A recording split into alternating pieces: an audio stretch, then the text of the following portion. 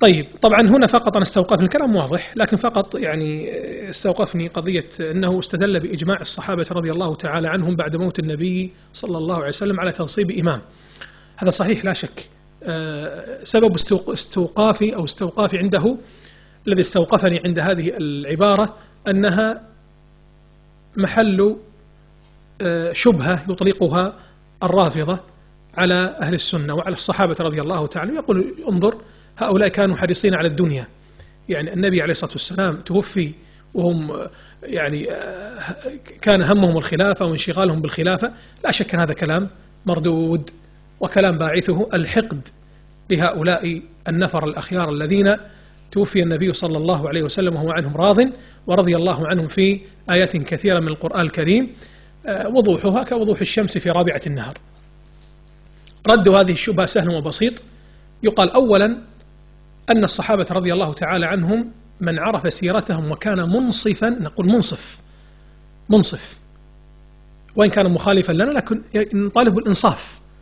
لو كان منصفا فإنه يعلم علم اليقين أنهم كانوا أبعد الناس عن حطام هذه الدنيا، كانوا يفرون منها يعني فرار الإنسان من الأسد، يفرون وكل من يلقيها على الآخر رضي الله عنهم، يعلمون أن هذا أمر يعني مسؤولية كبيرة. هذا أمر، والأمثلة على ذلك كثيرة. الأمر الآخر نقول طيب متى وقته؟ بعد يوم، بعد يومين، بعد أسبوع، بعد شهر؟ متى وقته؟ أجيب. نقول لهذا المخالف مطلق هذه الشبهة أجب في ظنك متى وقت هذا الأمر؟ يقول بعد أسبوع. يقول واحد ثاني لا حتى بعد أسبوع، تو متوفي بعد أسبوع.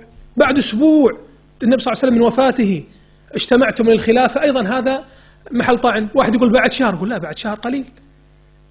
شخص يقول كثير.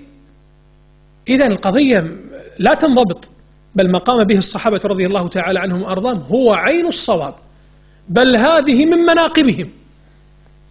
وعين الرضا عن كل عيب كليلة ولكن عين السخط تبدي المساوية. فهو يعني بدل أن تكون مناقب جعلوها مثالب. بالعكس، هذا الاجتماع السريع حفظ الله به الأمة وحفظ الناس من الاضطراب، فاجتماعهم رضي الله عنهم هذا هو الصواب، وهذا بحمد الله عز وجل يدور في كل زمان ومكان. وأقره جميع الناس وجميع العقلاء أن إذا مات الحاكم أيا كان يعني تسميته رئيسا خليفة، مات الحاكم، ماذا يفعل الناس بعده؟ يسرعون لقضية حسم أمر الإمارة والخلافة، أليس كذلك؟ حتى لا يضطرب الناس وتضيع ويفلت زمام الأمور. هذا من مناقبهم، وليس هناك تعارض. يعني إذا اجتمع الناس بعد وفاة الحاكم واجتمعوا في شورى ليختاروا خليفة بينهم ويضبطوا زمام الأمور، هل يلزم من ذلك أنهم يبغضونه؟ أجيبوا جماعة الخير، هل يلزم؟ ما يلزم، بل بالعكس، قد يكون هذا الباعث محبة في هذا الحاكم الذي توفي والذي أسس هذه الدولة حتى لا تضيع. لذلك سبحان الله المشكلة مع العدو أو المخالف إذا لم يكن منصفا، هذه المشكلة. إذا لم يكن منصفا وكان والعياذ بالله يعني مفتريا هذه الافتراءات الشنيعة. نعم.